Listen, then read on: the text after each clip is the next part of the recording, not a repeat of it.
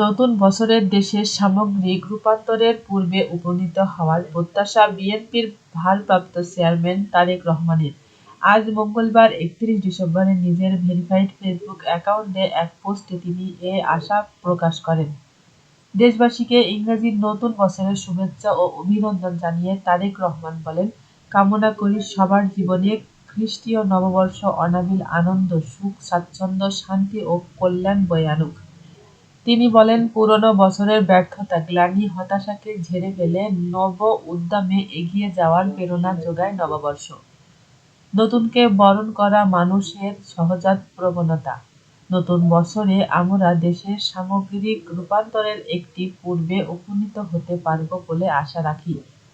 অতীতের অভিজ্ঞতাকে কাজে লাগিয়ে আসুন আমরা রাষ্ট্র ও সমাজ সাম্য, মানবিক মর্যাদা ও ন্যায় বিচারে প্রতিষ্ঠার সংগ্রামে একযোগে কাজ করি। আমরা এমন একটি জাতি নির্মাণের প্রত্যাশা করছি, সেখানে প্রত্যেকটি নাগরিকই গুরুত্বপূর্ণ এবং প্রত্যেকের কণ্ঠ স্বাধীন থাকবে।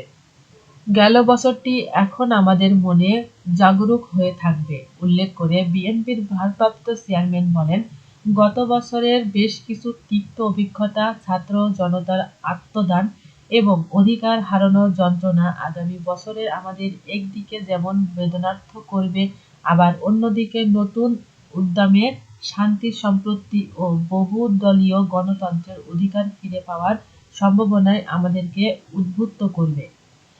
আজকের দিনে আমাদের অঙ্গীকার হবে জনগণের রাজনৈতিক ও অর্থনৈতিক ক্ষমতায়ন নিশ্চিত করা, রাষ্ট্রীয় প্রতিষ্ঠানসমূহ শক্তিশালী করা ও অর্থনীতির পুনরুদ্ধার সহ বহুদলীয় গণতন্ত্র পুনর্জীবনের একযোগে কাজ করা।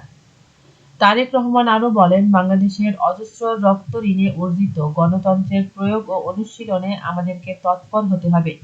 গণবিরোধী পরাজিত শক্তি এতদিন জনগণের সকল অধিকারকে বন্দী করে রেখেছিল। এমতাবস্থায় সকল গণতান্ত্রিক শক্তির মিলিত প্রচেষ্টায় বহুদলীয় গণতন্ত্র প্রতিষ্ঠার কাজ শুরু করতে হবে। নববর্ষ সবার জীবনে জাগায় প্রাণের নতুন স্পন্দন, নতুন আশা, নতুন সম্ভাবনা। অমিত সম্ভাবনার পথে এগিয়ে যাক বাংলাদেশ। চিরদিনের জন্য দূর হয়ে যাক সব অন্যায়, উৎপীড়ন, নির্যাতন। গণতন্ত্র ও ভোটের অধিকার ফিরে পাওয়ার জন্য বাংলাদেশের মানুষকে অগ্রণী ভূমিকা পালনের জন্য উদাত্ত আহ্বান জানিয়েছেন